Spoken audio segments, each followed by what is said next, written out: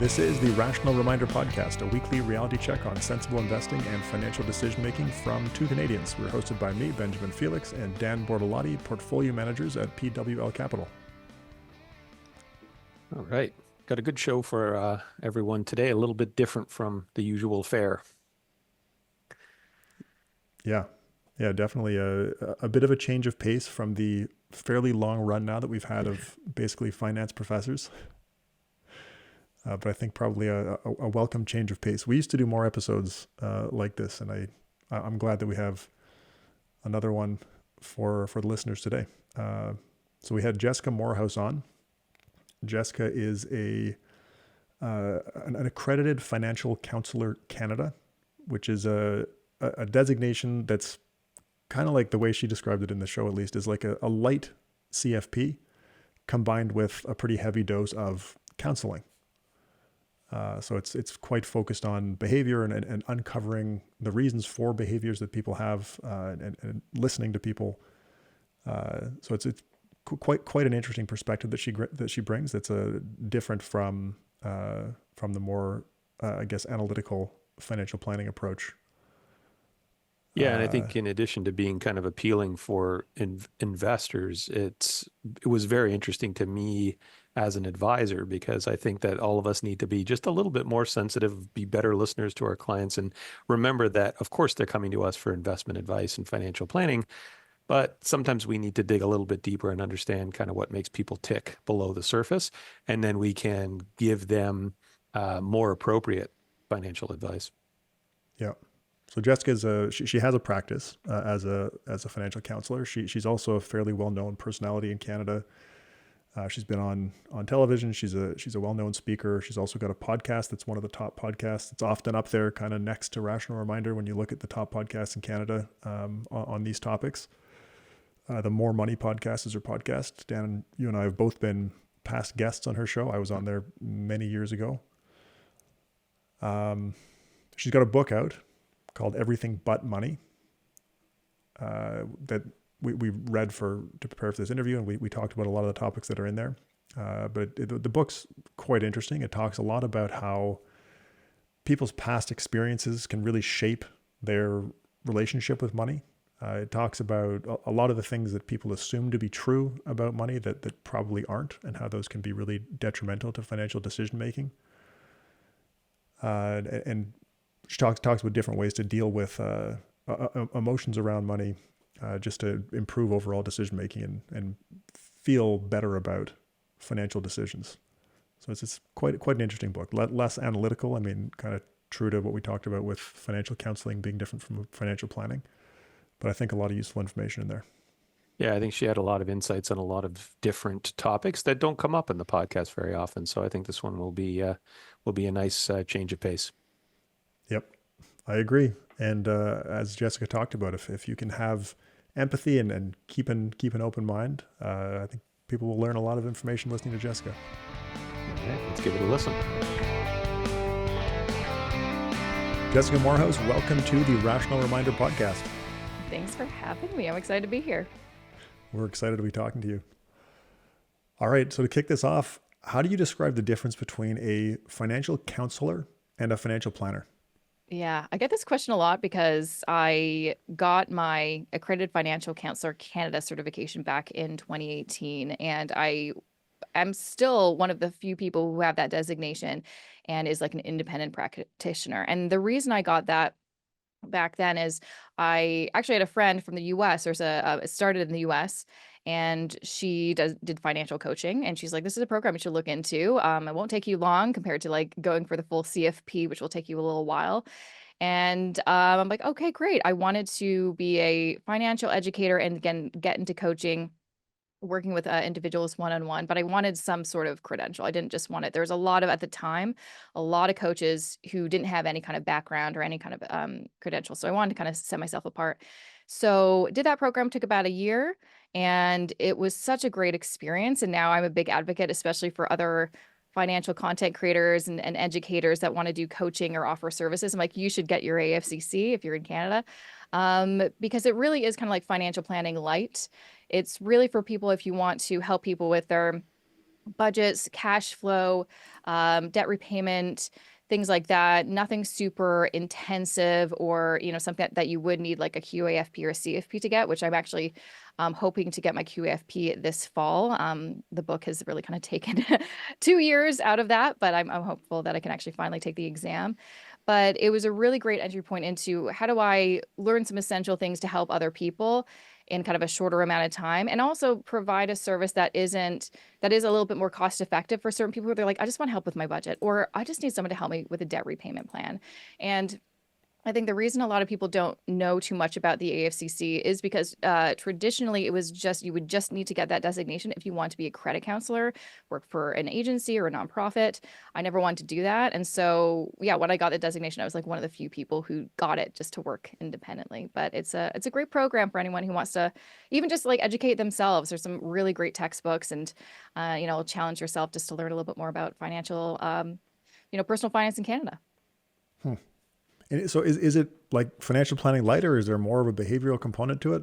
There is like the counseling behavior component. That's like, the program has obviously changed since I took it so many years ago. At the time, it was kind of two halves. The first portion, and there was an exam that went with that, was more like, these are all the kind of the key things you need to know about financial planning. The second part was more the counseling behavior, how to work with the client, how to listen, active listening, how to discern what they're saying when they're not maybe using just like their body language or their tone. And really the counseling component, which I loved, because previous to that, I only really had experience working with professionals, at the bank and advisor, and they were doing none of the things that I was learning. I'm like, oh man, everyone should take this program to learn how to actually talk to their clients properly, actually listen to what they're saying, pick up on cues when they're uncomfortable, or they said they understand, and I know they don't because of their body language. And so that was really also really insightful, just to learn how to counsel, because that obviously informed kind of what I was able to do with Clients 101, and then effectively kind of write about my book. Yeah, that is really interesting. That's kind of what I picked up on when I looked at their website. That the counseling component is the part that I think is really interesting. When you think about your practice, how much of it do you think is like financial planning or light financial planning versus the financial counseling?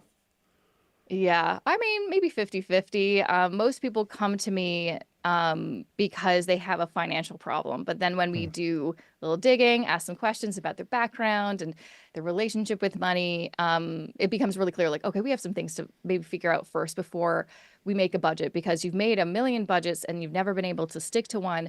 There's got to be a reason behind that. It's not the system, it's not the budget, it's something else. You just, you keep on kind of getting in your own way, or you keep, self-sabotaging yourself. So we need to kind of address some of these things. And obviously there's a certain point where you're like, well, I am not a therapist. So at a certain point, you're like, I can recommend some people. Here are some other professionals to help you. I've done that with a number of people, especially too, if you start noticing, oh, there actually may be an element of like financial abuse with their partner, or they're in a very unhealthy relationship or situation that is having a huge impact on their finances, but they would have never even realized this. I have this one memory of working with a woman where her partner is the one who suggested that she work with me. And as we worked together, it was very clear that I'm like, there's something else going on. Unfortunately, there's sometimes they're open to hearing that maybe you want to kind of go down this route. At that point, she wasn't really ready. So we only did one session and tried to, provide some resources, but she really thought it was just a money problem. Like, it's so not, there's so many other things going on. So, you can only kind of do what you can do. But hopefully, I'm hopeful that maybe something kind of stuck in her mind, and she's like, maybe down the road she'll be open to it. But that's the exciting part, because honestly, numbers don't excite me, not that much sometimes, because you're trying to crack the code or trying to find the solution to the problem. But it's more exciting really getting your clients to have that aha moment, like, oh, maybe that's why I'm doing that. And you're like, yeah, yeah, it is. Now, Jessica, you're specifically trained in financial counseling. Most of us as advisors, planners are not. We shouldn't pretend to be counselors. But what are some simple ways that, the average advisor without that specific training can just learn to become more sensitive to their clients' non-financial needs? Well, I do found, because I recently did the QAFP professional education program. And I feel like they are actually starting to integrate a little bit more of this education into the program because they clearly realize this is really important. So that's great. But all it really is, it's nothing crazy. It's really just about listening and taking notes. And what I find most advisors and planners often do is they feel like I have to provide the answers and the solutions. And so they take up the whole time talking instead of actually say less, because that's how you really learn more about your client and find out, oh, they said that they wanted a plan that looks like this. They actually need this, or they actually want this, but they just don't know how to ask for it. So really, it just comes down to really listening with all the ways that you can listen. Again, it's like the looking at them, the visual component, really listening to the tone and the words that they're choosing. And also too, just seeing, especially if you're working with a couple, seeing if we work with them when they're both there, is there a difference when I just have them on an individual basis? And you can learn a lot sometimes when they don't feel comfortable talking about something with their partner in the room. So really just picking up on these things and then putting all that information together to make a more cohesive financial plan and strategy for how to reach their goals. All right, this question comes from me reading your book. What is the missing puzzle in the personal finance space? Missing piece of the puzzle in the personal finance space. I think I wrote in the book empathy. That is what you wrote, yeah. That's the answer. Oh my gosh, empathy. Now, I'm seeing a lot more of it now, which I'm so thankful for. A lot of people are picking up on that. We need to be more understanding and empathetic. But I will say the reason I wrote that is because when I started my personal finance journey and, reading Dan's blog and learning all this stuff. And I think the reason I like Dan so much is he did seem always very empathetic. Is a lot of the books and information out there was very judgmental and very shame-based and very much, blamed. If you're in a situation that's not good financially, you got yourself there and you should feel bad about it, and kind of that tough love. And that worked for me for a while until it really actually did a lot of damage. And so I had to do a lot of work to undo that damage. And also then you start becoming judgmental on people, like, oh, well, that person is in that situation because they did this and this and this. That may not be the case. You don't know the whole story, and everyone comes from a different environment or starting place. And so for me, and when I do, talk with people, whether it's just through Instagram DMs or they're a client, they are just they're being vulnerable with you, and you need to be really aware that you have a responsibility to be very caring and understanding and meet them where they are instead of blaming them for, hey, you should be somewhere else. And so for me, that's where I always want to be, because there's still a lot of judgment and shame and harshness in the financial sector. And that really doesn't work for most people. They'll, feel de-incentivized to start, like, they'll think that I'm too stupid for this. I can't possibly learn this on my own. This is too complex. I'm just going to, leave the table instead of lean in and really, learn the skills that I don't have and learn the information that I don't have so I can improve my situation. So for me, I want to be an inviting, and safe place for people, because I didn't always necessarily feel like I had that. And I really wish I would, because I bet I would have been a little bit more advanced in certain respects. Like, I probably wouldn't have waited so long to learn about investing, because honestly, I thought I can't learn this stuff. This is too complex, because everyone else is telling me it's too hard for me, because I'm a woman, I'm young, I'm all of these things. And then when I kind of pushed past that, and I'm like, no, I'm going to learn it anyway, I realized, oh, actually, anyone can learn this stuff. It's just a skill. It's like anything. Anyone can learn to cook. But I never felt like welcomed. And so I want to, start kind of that change. Well, not start the change, but be part of that change, like so many other people in the space. Can you talk a little bit about how shame affects people's financial decisions? Oh, yeah. That's like the number one feeling when I talk to people, when I was doing research for this book and doing some surveys and asking people, how does money make you feel? Shame was number one. That was also my answer when I really did some introspection. Shame is such a powerful feeling, because it can, just like I kind of said, it take you out of the equation. You're like, I shouldn't even be here. I'm so sorry. I can't believe I thought I could build wealth or I can improve my financial situation. Shame is it's meant to isolate you and prevent you from any kind of personal or financial growth. And until you understand that and then try to do the work to rectify that, to make sure that shame, it has its place. It's a natural feeling and it is helpful. There's some things that we should feel shame about so we don't repeat it because it's maybe not a good behavior, but we shouldn't just feel ashamed completely when it comes to our money, because that's when you stop looking at your bank accounts. That's when you're like, I'm not even going to invest, or I don't know what to do, or I'm going to hand over everything to this financial advisor who, was a suggestion from a friend of a friend, but I have no idea what they're doing. And you should absolutely know what they're doing, but you feel ashamed to ask the questions because you feel stupid. So there's all these things that it can do a lot of, again, damage to you. And we need to have a healthy relationship with money, because money shouldn't feel like a big, monster or ogre that is really scary. It's not good or bad. It's just a tool, and you should feel that you're in control of it, not the reverse. And that's really what I'm trying to get across in the book, is that no, you are in control of money. Let's get that straight first. When you think about money-related shame, what are some of the common sources? Oh, well, usually goes back to childhood. And so part of it is, I know this is probably going to be a future question about the first money memory, but it's kind of a good entry point. A lot of our big feelings about money start in childhood with our kind of first memory of money, which is usually or the first impactful experience that we've had with money.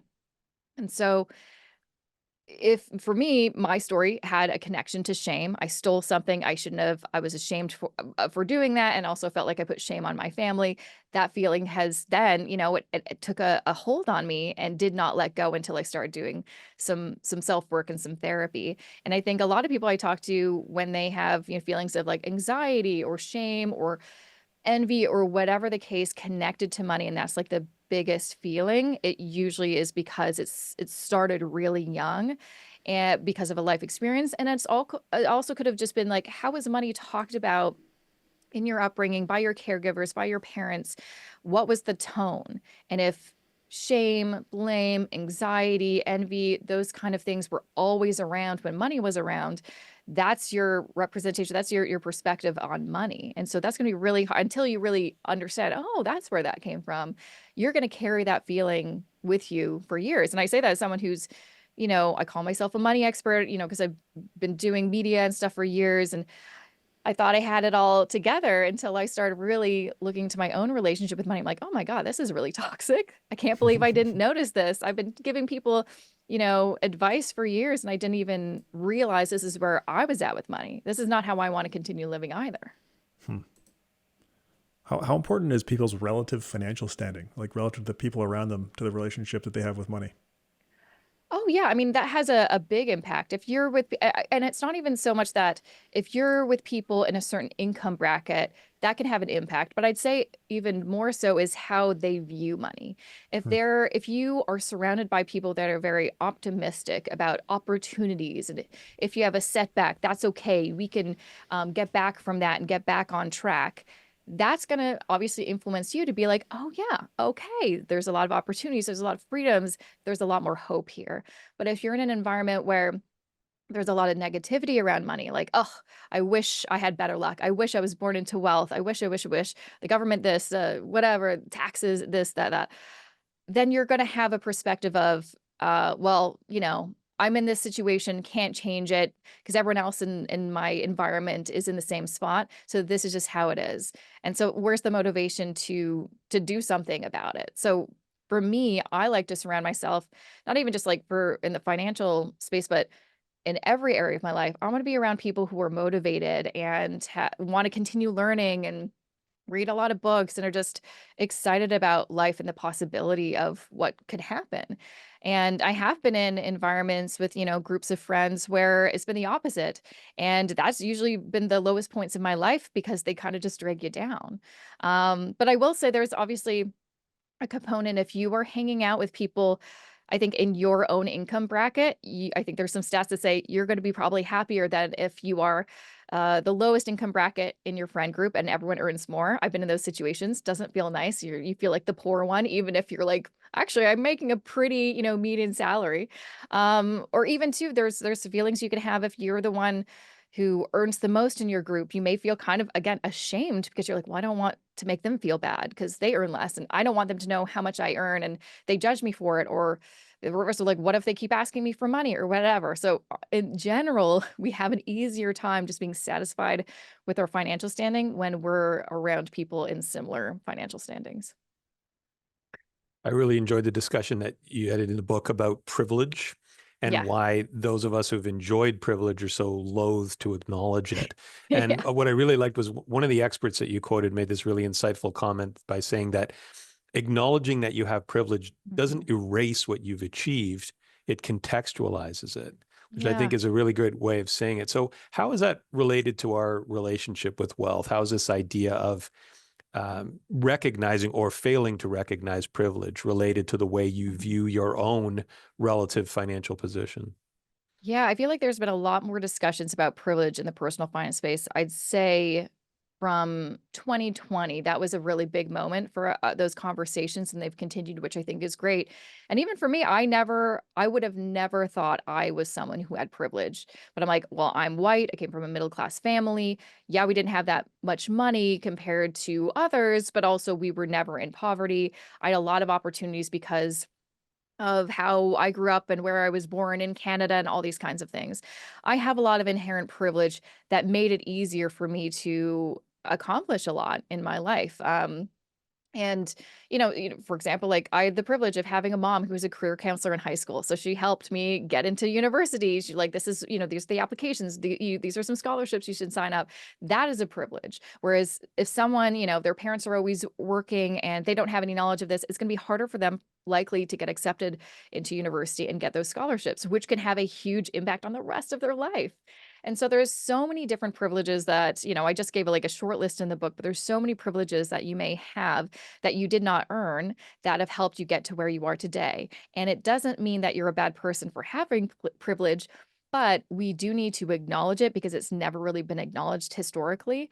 And we need to acknowledge it because that's the only way that we can start to then equalize things and really put a spotlight on what are some systems and things going on that are still keeping others down when they're working just as hard. They're doing all the things that we're doing, but they're still not getting to the same place I am. And it could be because of so many different elements. They're a person of color, they have a disability, they have all of these different things that, well, it's going to be a little bit harder. And it's crazy to think that a lot of the older traditional personal finance books do not mention it at all. They're just like, it's all about effort and motivation. You're like, this is one component, but it's not the full story. Because again, I have been in work environments where I worked twice as hard and a man gets promoted. And you're like, why? And it's because he may have a special relationship with the other male boss that he was just, oh yeah, we went to the same university. I want to promote that guy, and you're like, well, that's not fair. It isn't fair. So we need to acknowledge it so we can change these systems. And we can't change the systems unless we talk about the problems. When you're working with a client who you can see is having their decisions affected by financial shame, how do you approach coaching them through that? Yeah, I mean, really, it's about getting to the source of why do we feel like this and how long has this lasted and how has it manifested in other areas of your life, but also especially your finances, because it's not just like a feeling. It can prevent you from making certain transactions or taking certain risks or, reading certain books because you're like, I don't think I can even understand it. It might be too over my head. And so really getting to kind of the root of it and then seeing what kind of events maybe transpired because shame was there to kind of block you from moving forward and breaking that down, and then start to rebuild in what kind of life would you like? What kind of relationship with money would you prefer? Obviously one with less shame, hopefully no shame. Well, we all need a little shame just to keep ourselves grounded a little bit. But yeah, really figuring out where did that all start and where would we prefer to go? And then what are some steps that we can start to write so we can start making those, taking those action steps so we can get to where we are. And it's going to be a long process, and it's a practice. Like everything in the book that I talk about on, these are all the problems, here are the solutions. It's never a cure. It's always a practice. It'll take you years. I've been doing some podcasts over the past couple months, and I'm like, I still bring up things that I do that I know I shouldn't be doing with my money. And it's because I'm human and I make mistakes, and you need to forgive yourself. And no one's perfect, especially me, who wrote a book about this topic. I'm like, I still do these things. I still have these really, really weird money quirks, and shame still rears its ugly head. And the best that I can do is acknowledge, oh, I see what's going on. And I don't want that to happen, because I know what would happen if I just let it, have free reign. And what can I do instead? And try to slowly move into that direction. And the more you do it, the easier it gets. How is guilt different from shame? Yeah, I think a lot of people use guilt and shame interchangeably, and also jealousy and envy. They're different things. Again, they're all natural feelings, so they're not bad. However, they can be bad or make you behave maybe not the best way. And shame is when you feel like something is fundamentally flawed with you. Like, I'm a bad person. Guilt is really about an act or a behavior. So it's a little bit easier to understand and change. So I did a bad thing. So shame, that's why shame is so powerful and can be very damaging, because when you think that, oh, so I'm just a bad person, or I'm bad with money, you're making a statement that that is who I am. And a lot of people have this idea that people can't change. Whereas with guilt, you're like, I did a bad thing. I don't want to do that again because I felt really bad about it. And so guilt is really important because it prevents us from doing things that we shouldn't be doing. And it's a lot easier to rectify and to, ask for forgiveness, or just not do it again in the future. What's the difference between rational and irrational money guilt? Oh, well, I mean, rational guilt is kind of like I mentioned, it's a good thing. It will prevent us from doing something that we really shouldn't be doing, such as, it could be like any kind of money mistake. You're like, oh, shouldn't have done that. Such as, buying a hot stock you saw from some TikToker, and you buy it and then you lose money. You're like, oh, I feel guilty about that. I really shouldn't have gambled with some of that money. I'm not going to do that again. That's a really good, important feeling to have. Remember that for the future. Irrational guilt is when you start taking over responsibility for something that you did that may not actually be your fault, or you shouldn't feel that bad about it. It's not that big of a deal. I see that a lot with clients who maybe they grew up in a household where they did have to take over responsibility for a lot of different things. And so everyone's problem is their problem or their fault. And that could be, gosh, anything. It could be like, say you bought, a stock that you knew you probably shouldn't, because you didn't do any research and you're just kind of leaning into the excitement online. You bought it, you lost some money. You should feel bad about that. Don't do it again. But if you're like, you can't let it go, and then you're just like, it just spirals, and then it's really hard to get out of that dark place. That's not where we want to be, because that's not going to help you. How do you see fear affecting the way that people approach their money? A lot of people approach their money with fear. It's like I feel like, especially right now with uncertain times, once again, we're always in uncertain times, and fear is so present with people. They are terrified that the worst thing is going to happen, when it usually doesn't. Something bad could happen, but usually not like the worst case scenario. Fear, similar to shame, can prevent you from doing anything different than you're currently doing, even if what you're doing right now is not working. And so that could be, again, like educating yourself, getting more information, taking risks that are calculated. And you know what, there's a very small downside. For example, I see a lot of people afraid to adjust their asset allocation, their portfolios to something more risky when they're like 25 and they're like in a 60-40 portfolio. I'm like, what are you doing? You're not a retiree. What's going on here? And they're just terrified of losing their money, likely because they had either a life experience that really scared them, or they saw someone close to them have that experience. They're like, well, I don't want to be them. I'm going to play it safe. And so fear has a really big presence in people's lives, but it's more, it can be dangerous. Again, fear is an important feeling. It helps keep us alive in lots of different life experiences. But when it comes to our money, you need to have some fear, because the people who are super fearless are the ones that take such big risks. And usually not, there's always a downside to that. And I see that with a lot of young investors, especially, like they're fearless, and it's because they've never experienced a repercussion, a negative outcome. Whereas, if you have experienced a negative outcome, you're like, oh, okay, lesson learned. We can take risk, but we need to understand, how much can we actually put into this potential an investment, or could we survive if it did like lose all its money. We just need to be more rational and um aware of what we're doing.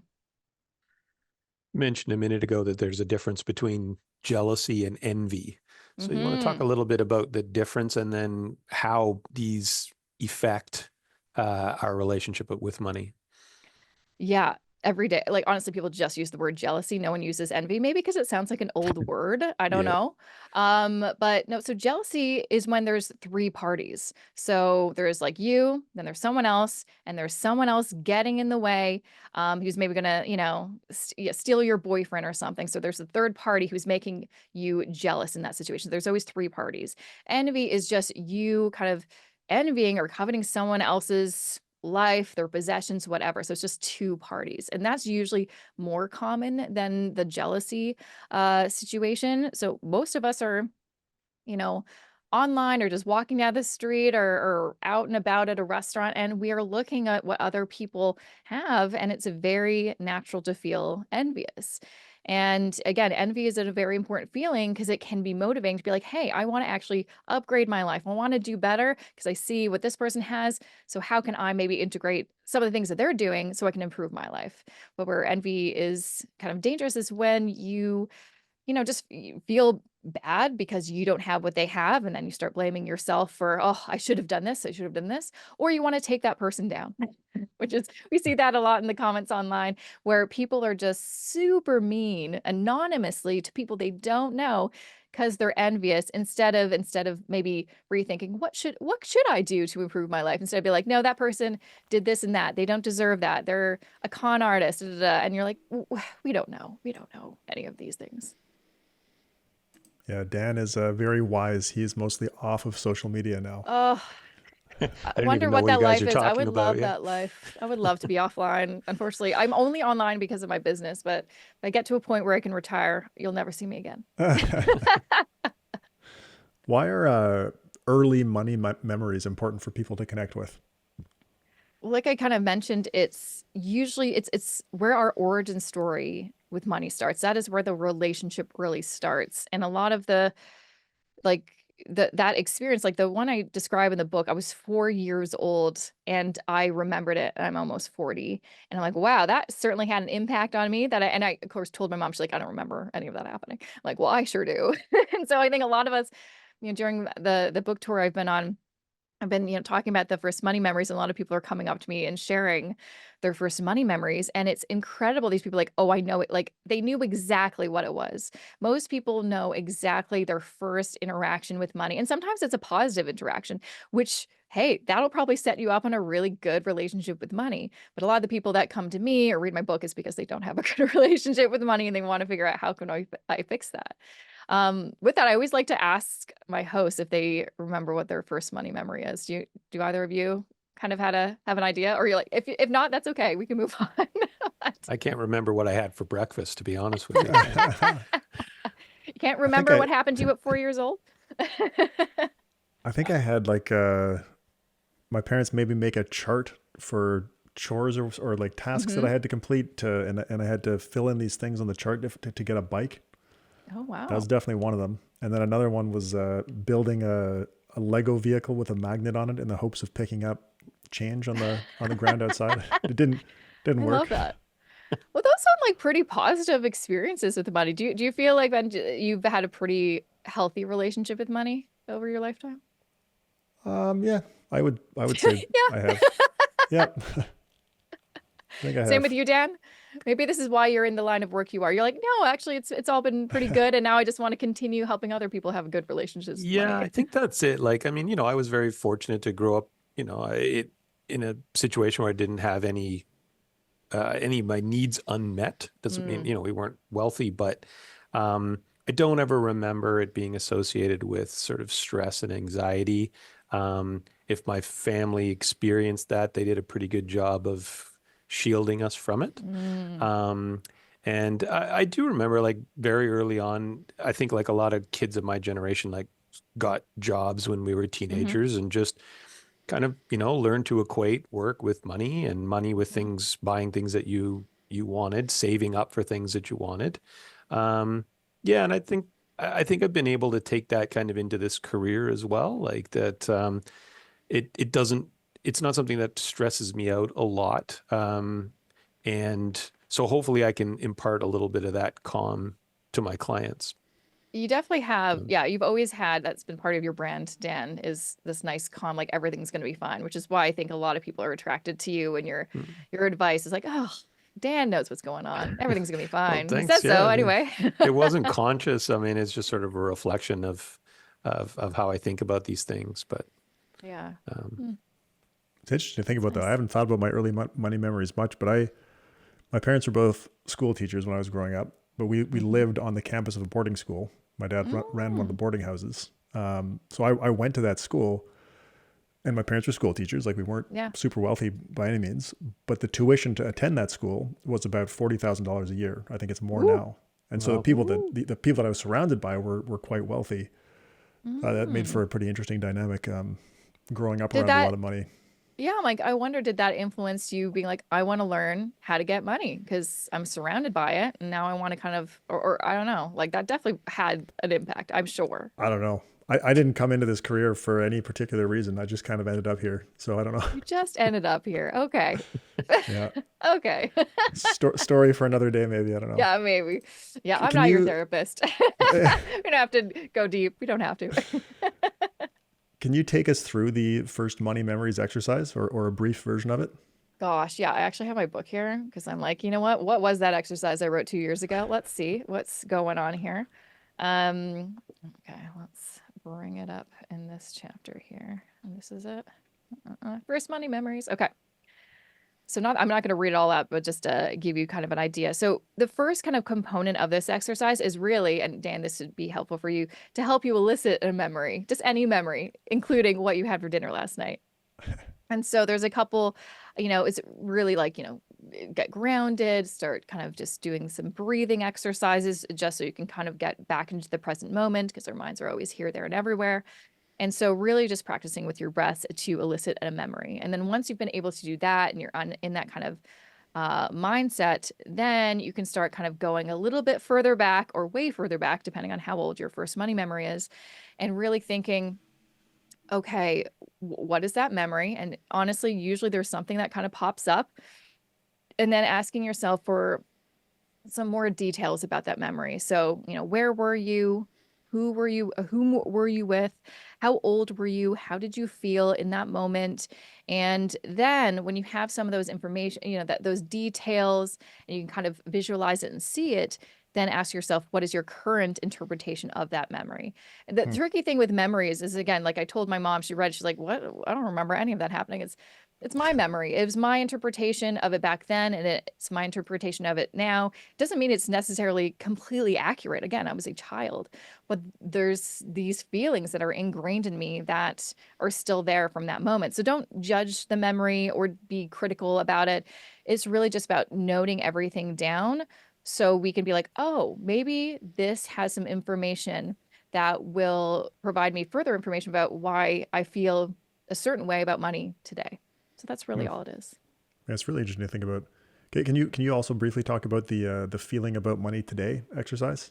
Yeah, so that's really, and let me just open back my book just to go through it with you guys, be more the most accurate I can be. Okay, shouldn't have closed that page. Okay, you're feeling fine. Okay, so this is now taking a view of how do that feeling from the first money memory, or just any kind of feeling, again, no judgment on what you're feeling, your feelings are your feelings, about how they may come up when you are dealing with money in any kind of capacity. And it could be, opening your wallet at the grocery store, and getting your credit card out or getting cash. How do you feel on payday? Excited, or like, oh gosh, another month, how am I going to make it stretch? How do you feel when it's time to pay some of your bills and you actually have to do that action of paying your bill? Do you feel, all right, I'm excited, we're paying that bill? Or do you feel like, oh my gosh, it's going to drain my bank account? How do you feel when you buy a lottery ticket? Are you buying a dream, or is this just like a fun activity? Or do you have a lot staked on that? How do you feel when you're buying a gift for someone? Do you feel obligated, or do you feel, happy to do it?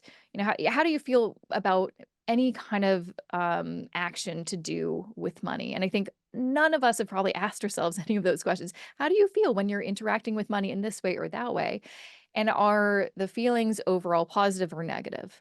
And it could be a mixture, especially if, we've never really thought about this before, but it's just a good way to be like, where are we at with our money right now? And that, if you go through the exercise and kind of write these thoughts down, it will reveal a lot about some things that are like subconscious that you've never actually thought about openly and clearly before. It's so interesting to talk about that, like this feeling about money today, because I would say that one of the things I've learned working with clients over the years is people feel very differently about spending money. And it's Yeah. not that closely related to how much money they have. Hmm. So there are people who find the idea of spending money so stressful Yeah. that even if they spend it on something that you would think they would genuinely enjoy, they resist it. Yeah. And there are other people who have no qualms whatsoever about spending money. And of course, as long as they have enough, Yeah. that's not an issue. The problem is Hmm. when you have the mismatch between people who love spending money so much that they don't have any left. Yeah. Um, but one of the things I know I've always tried to talk to, especially retired clients, when they start drawing down and spending their savings, Yeah. it's like you need to understand right now what kind of spending makes you happy and what kind of Hmm. spending leaves you feeling regret after. Yeah. And some people are very good at articulating that, and other people never even really thought about it. And I said, like, Mhm. believe me, like I'll give you a good example that comes up a lot. Working with a client who has plenty of money and they like to travel. And I might say to them, the budget is there. Like, instead of flying a coach, you may want to upgrade to business class for your next Hmm. trip. Some people will just think of that. There's no way I'm ever going to do that. It's a Yeah. huge waste of money. And I'm not the type of person who flies business class. Mm. And I don't know what makes them feel like that. It might just feel like I want to take that money and spend it on something Yep. else, which is fine. But it's more like, no, I won't spend it at all. And I'm not going to take it out of my portfolio in Yeah. order to, spend a little bit more on the trip. So that's a person who's at least self-aware enough to say, I don't get any enjoyment out of that. Yeah, I You don't know? value a first class or business class seat. I Yeah. value other things. But Yeah. But I like that how you mentioned like even the thought of, but I'm not the type of person that would, and it's like, I'm like, oh yeah, I completely get like, not only do I not value that kind of travel, I'd prefer to go, but then if I do coach instead of business class, I can go on two flights instead of one. But also it's just like, I don't think I'd feel comfortable personally being with all these other people who spend money in a very different way, or maybe they're in a different income bracket. And there's also that level of personal comfort. Like, I don't think I'd feel comfortable being with these types of people because I don't think I'm part of them. So what if they judge me or whatever the case? yeah, it's very much So many tied up with feelings. your identity, right? Yes, Yeah. yes, yes, yes. Kind of related to that, Jessica, what do you think, or how does someone understanding their own money story help them make better financial decisions? I mean, I think that is the only thing that will help you make better financial decisions is understanding where you're coming from and what your Mm. relationship with money is, and the narrative you've been telling yourself about you and money up until this point. And again, the reason I wrote this book is most of us have never thought about it in depth like that before. And until you really do, then you can start really connecting some dots between your feelings, your behaviors, your dreams that maybe you're not able to achieve and you don't know why. If you're able to understand, well, this is why, here's the full picture, here's what happened, A, B, C, D, then you can kind of take a step back to see where things maybe went wrong, or, what route you took to get to where you were, instead of like, oh, there's such an obvious route I should have taken that I didn't because I was very much in it. If you can kind of take a step back and really take a look at everything that's happened and transpired over the past several years or decades, it will make it a lot easier. Just like when I, work with a client and they don't understand why there's never any money left over to save. And then we take a look at their spending. I'm like, well, the data is there. It's showing us a very clear story of where you were emotionally, behaviorally, and you don't even remember some of these expenses because likely you were, maybe you had a bad day at work. And so you went to this store and got something, and it's in your closet and you've never even worn it and you totally forgot you bought it. It's like that will, the evidence is there. And so we need to do the same thing just for the big things and even some of the small things that have happened with us and our money to get us to where we are. So then we can, okay, well, we don't want to do that again, or we're going to keep that. That really worked. We want to, fit all the pieces that, what do we need to add in so we can move forward with some different action steps. And, I don't just tell people do this. This is something I do every single day now, to not repeat the past, to add some new things and keep some of that. There's always going to be some stuff that is working for you. And remember and hold on to those as your anchor. These are working. They've served me well. Let's keep doing it. And we just want to, just try a different recipe, because the old recipe is just not working anymore. What are some of the common money lessons that people should probably unlearn? Oh gosh. I mean, there's a lot. Yeah, there's a whole chapter on lessons we learned. And most of the lessons we learned about money are usually indirect. They're not like, most of us were never sat down. I certainly wasn't, to be like, this is what you should do with your money, from your parents growing up. It's usually what we observed or things we heard when our parents didn't know what we were listening, but they were talking about the finances. And a lot of that stuff, that those were our parents' issues with money, but we adopt them, and now they're our problems, but they're not our problems. We're just carrying someone else's problems, and they may have already worked through it. It's not even, they're like, oh, I don't even do that anymore. I'm like, well, I still do. And so, one thing that there's a big chapter on generational trauma, and really it was just to take a look at where are you at with your money, and has your parents experienced that, your grandparents. And for me, a big thing in my really on my mom's side of the family, there's always been, extreme frugality and a lot of fear and anxiety around money, not having enough. And when I started looking at the family tree, and then I did an interview with my grandpa years ago for the podcast that I then was luckily able to use for the book that really helped me do some research about my family history. Long line of poverty. And that really stays with you and gets transferred to the next generation, where even though in my generation, in my family, we are the best, the most well off compared to anyone down my family line, but I still carry some of the lessons I learned from my grandpa and my mom about how to be smart with money. And a lot of it was be a really good saver, live below your means. Those are really great things. But they were also very resistant to investing in things that were unsafe and taking any kind of risks. So like real estate investing, absolutely not, but buy your home, pay it off as soon as possible. Work at a startup, take a chance on this potential, opportunity that can, accelerate your career. Absolutely not. Find a job and stay there for 40 years. And so those are things that worked for them because they helped them survive.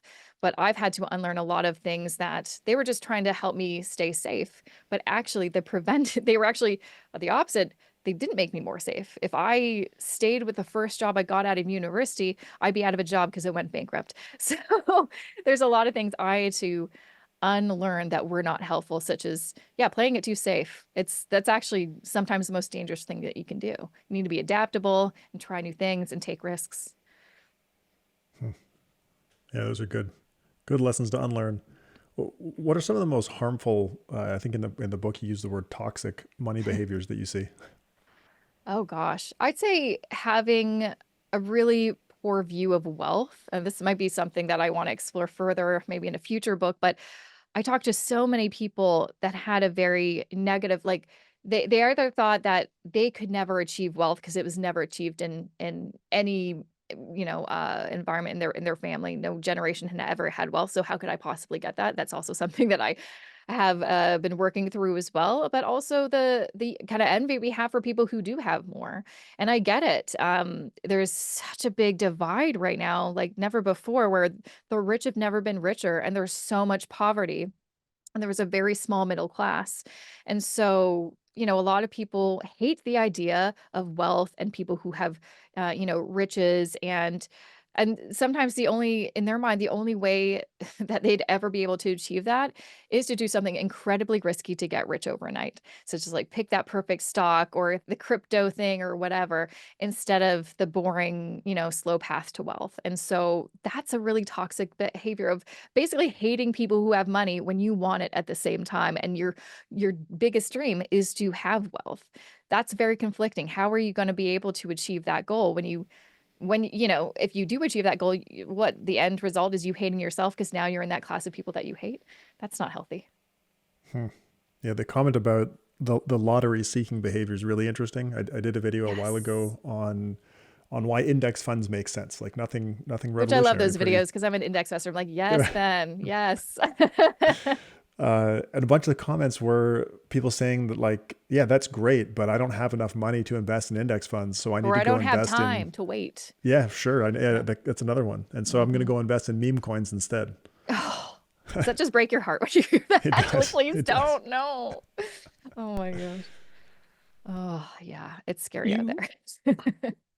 You talk a lot in the book about trauma and the Mhm. role that can play in our relationship to money. Can you elaborate on that a little bit? Yeah. I thought that was my favorite part of researching the book and writing the book, because I knew not too many books out there really talk about the interconnection between money and trauma. And most people are like, I don't see a connection at all. The thing is, trauma, and it can have nothing to do with money or your trauma. It could be like you survived a natural disaster and that has impacted you for the rest of your life. That will impact all areas of your life when it comes to like your romantic relationships, your friendships, your career, and your money. Because whenever you feel triggered from that trauma, which can happen so easily based off of like a word, a smell, seeing someone's face, whatever the case, it will impact how you feel and your autonomic nervous system, and could potentially push you into fight or flight or freeze and fawn, which are the danger zones when it comes to our money. We never want to be in any of those spaces with our money, because we're going to do something that we're going to regret later, such as sell off all of our investments because we think the world is ending, or buy a bunch of meme coins because we think this is the only way that we'll be able to build wealth and save for retirement.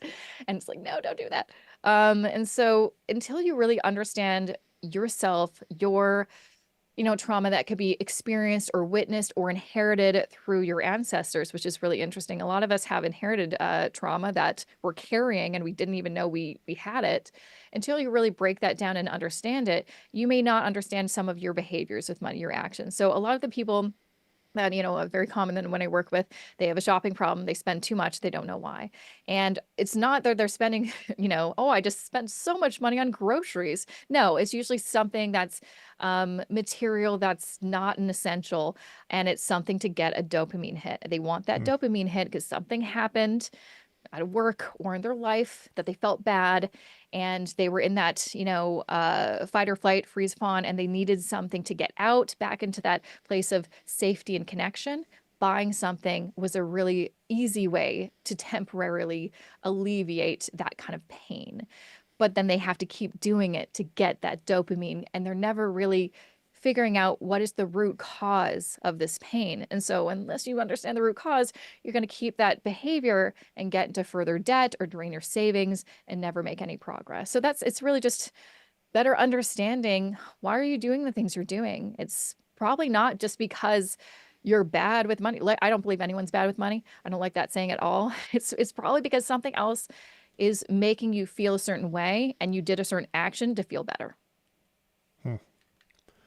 I don't want this question to come across as judgmental, but you do comment on it briefly in the book. Yeah. What do you think about trauma just being an excuse for bad behavior? So yeah, I say I understand where people can come from and label it as like, well, that's just an excuse. it's not an excuse, it's an explanation. An excuse means, well, that's just how I am and I'm not going to change. I've got trauma. This is, I'm an overspender. It is what it is. Yeah, that's not good. We don't want to be in that space, but we do want an explanation for, well, why am I doing this? Because then once you have that explanation and that added information, then it's very clear on, oh, this is what I need to do differently in order to get a different outcome. So it's never, an excuse is never what we want. We want an explanation. We need that extra information so we can move forward. But yeah, I feel like that's always a cop-out when people are like, oh, that's an excuse. You're like, oh, you have to read my book. You have to do a lot of self-work, like if anyone feels like, oh no, I don't have trauma and that's an excuse, I guarantee it's because you have not really delved into your own situation and really did some introspection and honestly probably shown yourself some empathy. Maybe you're just like too closed up because of things that have happened to you. You're like, I can't even go there. And so my shield, my protective mode is to just, blame other people. You're like, you're in this, we've all probably been in that situation once or twice. And I definitely was at a certain point in my life. And it's just not it's not a healthy place to be in. We need to, again, go back to that point of, we need to show people empathy, and we may not fully understand why people are the way they are. Why don't they just do this? It's this, solution is so simple. And sometimes I feel like that with people, but you're not in their shoes. You don't feel how they feel. You don't have the same lived experience. So you'll never fully know, but you have to allow them the space to get to know their situation so they can improve. Mm. You mentioned really enjoying the trauma research for the book. How did learning more about trauma change the way that you approach your counseling practice? I know that sounds weird that I loved the part on trauma, but it was so fascinating because even though I'd personally been doing therapy for years, we never talked about trauma or, childhood or anything like that. It wasn't until I started doing research for the book, did a bunch of sessions with a couple of different therapists who were trauma trained in a couple of different areas of therapy, that I started understanding more about myself that I never uncovered during some other therapy sessions. And what I realized is that most of us have some form of trauma. We've been touched by trauma in some way. And because of that, we, will act in certain ways. And so it just, for me, again, it was like, oh, that's why I feel like that when I see this or hear this or am in this location or something like that. And so for me, it really helped me better understand me and my relationship with money. And so having this information now, when I approach working with a client, honestly, now I feel like I see trauma everywhere. So if I'm watching a reality show or talking to someone, I'm like, trauma, because often that's kind of where things, start, or why someone's doing a certain thing that you're like, that doesn't make sense. Oh, maybe it's a trauma response. And so for me now, I'm more aware and kind of, I can pick up on some cues. And when we're in that situation, then I'm in a better position to kind of say, hey, have you thought about therapy? Because this might be the missing element. Again, a lot of people seek out the help from a financial professional because they think it's a money issue. That's their only issue. But likely, again, if you're a trauma-informed, facilitator, then you can pick up on those cues and be like, you know what, there is a money issue, but I think there's some other issues that are impacting your money. It might be a great thing to also see a mental health professional to kind of deal with some of those things. And that'll kind of free you up to be more receptive to some of this boring traditional financial advice that does work. Like, know where your income is and your spending, and have a plan and check your net worth and invest strategically and all this stuff. Because at the end of the day, and you guys know this, you've been in the field for so long, money is pretty simple and straightforward. So why are people struggling with it? Why are so many Canadians having the hardest time in the world with money? It's because, the whole point of my book, there's other things going on in the way. It's not just money. It's everything but money. It's everything and money. Ooh, everything and money. Oh, I like that too. Yes. It's interesting because I think, any advisor who kind of pays attention and listens to their clients knows that there is very often some personal background that is affecting the way they make decisions. But at what point does it become inappropriate to ask personal questions, when you're in an advisor-client relationship? I mean, there's a line between being sensitive and overstepping the bounds of the relationship. I know it's a Mhm. line I've had to walk a number of times. I don't Mhm. know how you feel about kind of where is that line? You can definitely, I mean, when you are practicing, active listening and picking up on those cues, the physical and also just the words they're using and just like their tone or, oh, they're kind of short with that answer. Maybe they're uncomfortable at this point. So really being able to kind of listen in those different ways to see where they're at. And usually there's a natural point like, okay, I think we're at the limit. And also just, yeah, asking them outright, like, sorry, if this is too much, please let me know. And giving them that opening to be like, yeah, that's a little bit, personal. So I don't want to go down there. And also recognizing at what point have you kind of exceeded your limit as that either financial counselor or that advisor, and you're like, okay, this is not, I'm not a therapist, and I never try to be one. I always just try to gather information to find out more about what direction are we going into. Are the problems that they presented at the beginning of our session actually the problems? And do they need someone beyond me to help them with some of their other issues? So really it's, yeah, again, it always goes back to listening. And often I don't even ask a lot of personal questions. I usually start with one question and just kind of let them talk, kind of like a good interview. You just shut up and just listen and they just keep going and going. Like for all the interviews I did for my book, these real people from my audience, and I selected a bunch of them. I asked 2, 3 questions and we talked for an hour. They just kept on talking, or I'd be like, tell me more. Let's unpack that or something like that. And then they reveal how much they're comfortable in revealing. Yeah, I think in that high trust kind of setting where they're talking to you and they're from your audience, or if Dan or I are talking to a client, in that type of high trust setting, people they'll just talk. Yeah. You And don't have to ask usually many they never questions. had that opportunity to talk. Because again, Yeah, a lot of, financial professionals do a lot of talking and not enough listening. And so when you can build a relationship with a client where you have that trust, and a lot of that is based off of you just listening, they're so thankful because they're like, oh, finally, I have a space and someone's listening to me. This is great. yeah. What do you coach people to focus on first? Mental health or building a solid financial foundation? It depends on the client. If it's really clear at the forefront, oh, there are some, mental health issues that are more important. That's where we kind of want to start. On the other side, and I write about this in my book, I understand that seeing a therapist or a counselor or what have you costs money. Most of us don't have insurance that covers that. Some do, and then like take full advantage, but a lot of us don't. And so we do unfortunately have to do the money component so we can find that cash flow to afford those therapy sessions. And I've done that with a number of people as well, because therapy session could be between 150, $250 a pop for an hour. And so some people have to make these decisions like, well, this is actually really important. So we have to take a look at their spending and their income, and we have to hit pause. I always like to say hit pause on things instead of cancel things or cross things out or cut things, because no one likes those terms and I get it. Let's just hit pause and we can resume it later once maybe we don't need to do as many therapy sessions anymore. So unfortunately, we do have to kind of look at the numbers, but I think they're really motivated to maybe stick with that budget because they know what they're getting by doing that. We're going to help you in so many big ways by freeing up this cash flow so you can do these sessions. And then when you do those sessions, you're going to do a lot of work, and it's going to be a lot easier going back to the numbers because you're like, oh, okay, I don't have all these hangups, or I better understand why I had these hangups and why I was acting in a certain way with my money. Now it's a lot more clear and I don't even want to do those things anymore. I guess we're looking at sort of intergenerational experiences, like Mm, if your family grew up either poor yeah. or wealthy, your experience is a little bit different. Or Yes. how does kind of growing up in those two different environments affect your own relationship with money? Oh, yeah. The environment that you grew up in and how money was presented will have the biggest impact on you as an adult. And, I kind of break it into kind of 2 categories in the book, in that most people will either repeat or rebel against their upbringing.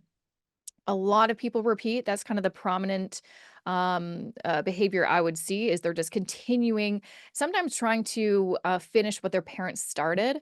And sometimes that really does not work because maybe what their parents were doing, it didn't work because it just wasn't a good strategy. It wasn't a good path anyway. And that's why, they were in their situation. And then some people may have felt really restricted, or, even if you came from wealth, maybe you really hated some of the things that it encompassed it. And so you want to rebel and give away all your possessions and just live on the road and be a nomad because you want to reject it because you did not like it. And so when I was interviewing a bunch of people for the book, it was interesting to pick up on, oh, who's repeating and who's rebelling.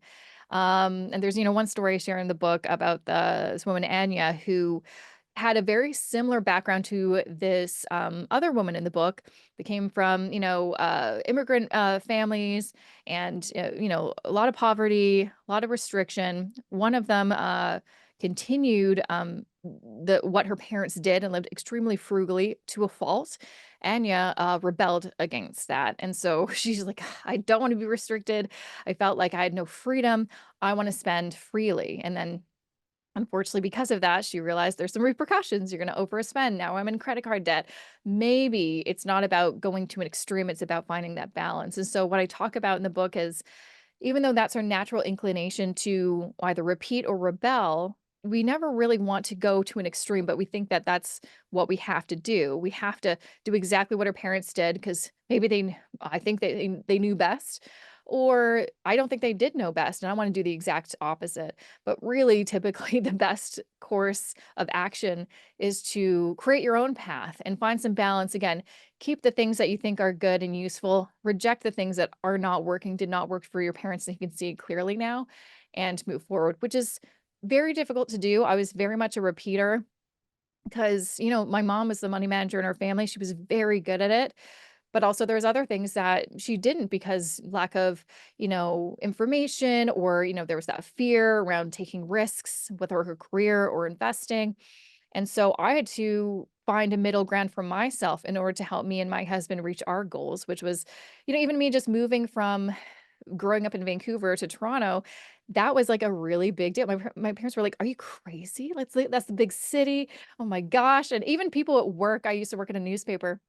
All the sales reps are like, "Are you kidding me? Going to the big smoke," as they called it. And they're like, "You're Because gonna be eating a Vancouver is lot." such a small city. Yeah. I Yeah. know, right? Like, and So also just like being on the West Coast, Toronto, Ontario just seems so crazy far away. It's so different. But I'm like, I think this is the right course of action. I could already see what my life is going to be if I stay in my hometown, and I can see the limitations in terms of my career and all these things. I think I have to do something and kind of rebel, and move to a different city and try it out here. And we've been here 12 or 13 years, and it's been very good for us. And we've been done really well by making this move, but it was the hardest thing to do something different than my parents would not have done. So, so difficult. what are some of the best ways to spend money in ways that increase happiness? Mm. Oh, I'd say actually that was probably my favorite chapter to write after the trauma. Then I'm like, oh, let's go into something about happiness.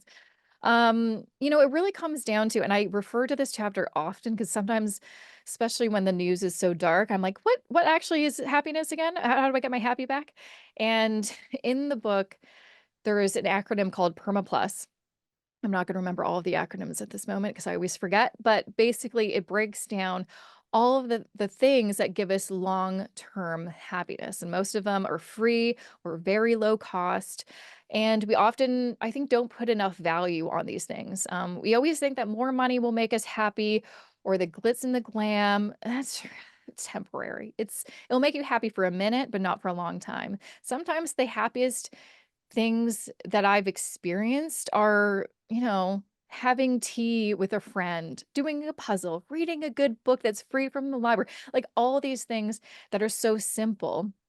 Gardening, like there's all these things that are so simple that we discount, but actually they're the things scientifically that make us the most happy.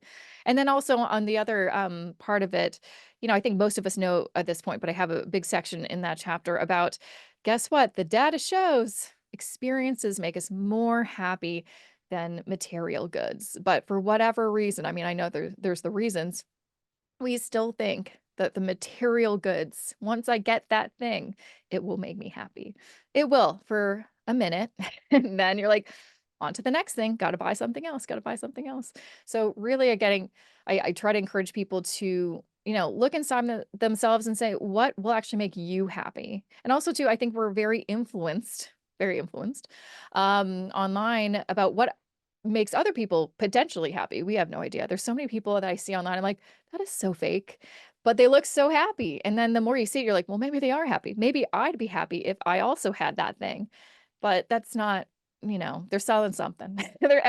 Someone's always selling something. So you've got to be really aware of when you're being influenced and really kind of shut out the noise and be like, wait, what actually makes me happy? And I think often we haven't asked ourselves that really important question for a long time. PERMA is a positive emotion relationship, positive emotion engagement, relationships, meaning, accomplishment. And the only plus I know is vitality, which is like eating well and sleeping well. Yeah. Yeah. I think the plus is like, yeah, fitness, health, some other things I can't remember. I wrote this book, but it was a while ago. Yeah. But again, like those are very simple things. It's like get enough sleep, move your body, be engaged in an activity where you lose yourself. Like again, like a good book or gardening or something like that, having relationships. So one thing that I started doing that I never put enough importance, or I always like, no, I have too much work to do, or have this other thing that I think is more important to do, is that social aspect that we're in such a disconnected world, even though we're so connected at the same time. We need to be around people. The more times, even if you're an introvert like me, you still get so much pleasure and energy and joy from being around people and just learning about other people's lives and just being in their company. And I think often, especially because of COVID, oh my gosh, we were so disconnected. We've kind of forgotten how important just being around people is. It really is. Yep. Yeah. Something that I've done I've been doing it for a while now. But I've got a friend that I meet up with every Thursday at the moment. It's been Wednesdays in the past, but we meet up, we go to the gym together, and we have dinner every week. That's nice, And right? it's awesome. It's something you look forward to. You have a good time. Yep. Yeah, my husband just started doing it actually with a friend who doesn't live too far away. And it seems like every Thursday they meet up kind of halfway and go for a walk. I'm like, that's so nice. And it brings them a lot of happiness. You can download and just talk about whatever. And like for me, I'm part of 2 book clubs now. I don't know how that happened. Honestly, I rarely read the book. I don't have time to read all these books. And I started going to a gym that is really group workout classes. So we're all kind of doing the same thing. It brings me so much joy. And I've made a lot of friends, going to this gym as opposed to going to a regular gym where you're just doing your own isolated thing. And I never liked doing that. But I realized, I'm really happy when I'm around people, especially since I work from home alone. So I need to be around people. How can people approach rewriting their own money stories? That's kind of the fun part, is when you've done that deconstruction on your money story, the narrative you've been telling yourself up until now, the origin story, where it all started, how trauma and all these other elements have affected you, and the lessons you've learned that you need to unlearn. Once you've unpacked all of that, then you've got the really exciting job of figuring out, where do I want to go from here? I'm not super happy where I'm at right now. A lot of things I want to change. Where would I like to go? Who do I want to be? And hopefully too, after you've done all of that unpacking, you'll realize the answer isn't, well, I want this amount of money and I want all of these things. You'll realize, actually, I was running towards those things and they were just a band-aid for the things that I really needed to look into. And so you need to ask yourself, some questions that like, who am I? Again, what do I like? What actually makes me happy? What are some of my goals that I do know, again, will provide not only important things like safety and connection and security and things like that, but also that will bring me that long-term joy and happiness. And so really getting kind of back to your roots of, what do I want? Because I feel like we did a lot of that introspection, in university or in our 20s, who am I? And then you just, start working and you've got responsibilities and life is hard throughout your late 20s and 30s and onwards. And we don't really take a moment to think, whoa, what am I doing? We're just on autopilot. And so taking that time to really discover, what do I want? What do I really want? And then you can start slowly connecting that to your actual financial situation. And you can kind of see what's lining up, what's not. Do I need to earn more money? Do I need to, hit pause on some things? Do I need to restructure some things? What are some, blind spots that I've didn't even see and now they're so clear? What are some behaviors that I always lean into at certain parts of the year or certain, times that I feel this? And what can I do? What are some kind of systems I can put in place to prevent me from doing that again and again, because I never feel good after doing it. So really kind of restructuring everything. So when you kind of start your new journey, you're going to be on a better path and you have a much better guide. Last question for you, Jessica. How do you define success in your own life? It's changed a lot since I wrote the book, let me tell you. I've realized, like I talk about this at the beginning of the book, because of my own trauma, unhealed emotional wounds at the time, I did not realize that a lot of what I was pursuing, and that was, money, accolades, attention, those were just band-aids. I thought those would make me happy. If I get those, everything's going to be all right. And then you'd achieve a certain milestone and you're like, I don't really feel any much better. Okay, maybe that just wasn't big enough. And you just keep up moving the goalpost and you're just never satisfied. And even for me, like before we hit record, Dad said, oh, how's the book going? I'm a global mail bestseller. That felt good for like an hour. And then it was done. And you're like, okay, now what? And so I can never put importance on things like that because I know they dissipate so quickly. But the things that make me really happy, again, are those simple things. So I needed to restructure, my goals and what I want to achieve and success, and redefine success for myself based off of those other things. And so for me now, what makes me feel really happy and successful is doing work that I feel is meaningful and actually impactful and helping people. And sometimes that means saying no to money because I want to stay true to my values and my ethics. It means sometimes taking the slow path instead of the quick path. I feel like my journey has been very slow in certain respects of my career where I see other people, oh, wow, they're so much further ahead. I'm like, it doesn't matter, tortoise in the hair. And also it doesn't matter. This is my life and it might be slower than someone else's. And that's the most important. I just got to focus on me and making sure I make room for those things that make me happy. And so honestly, in the past, I would, cancel on friends or say, oh, I can't go out. I have too much work to do. Now I'm like, no, I will fit work around the engagements that are really meaningful to me, like going to the gym, going to book club, going to an event or seeing a friend I haven't seen in a long time and doing something silly, going to a play or something like that. So really I had to restructure my whole money story, my whole kind of path to financial fulfillment is what I call it. How can money help me feel more fulfilled? Just me using it as a tool and stop viewing money as a thing that is the goal. Because whenever I put it in that place and I think money will make me happy, it never does. It never does for long anyway.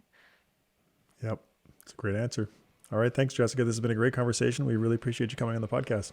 Thanks so much for having me. I'm a big fan of both of you. So this is a big treat to be on your show. Awesome. Thanks, Jessica.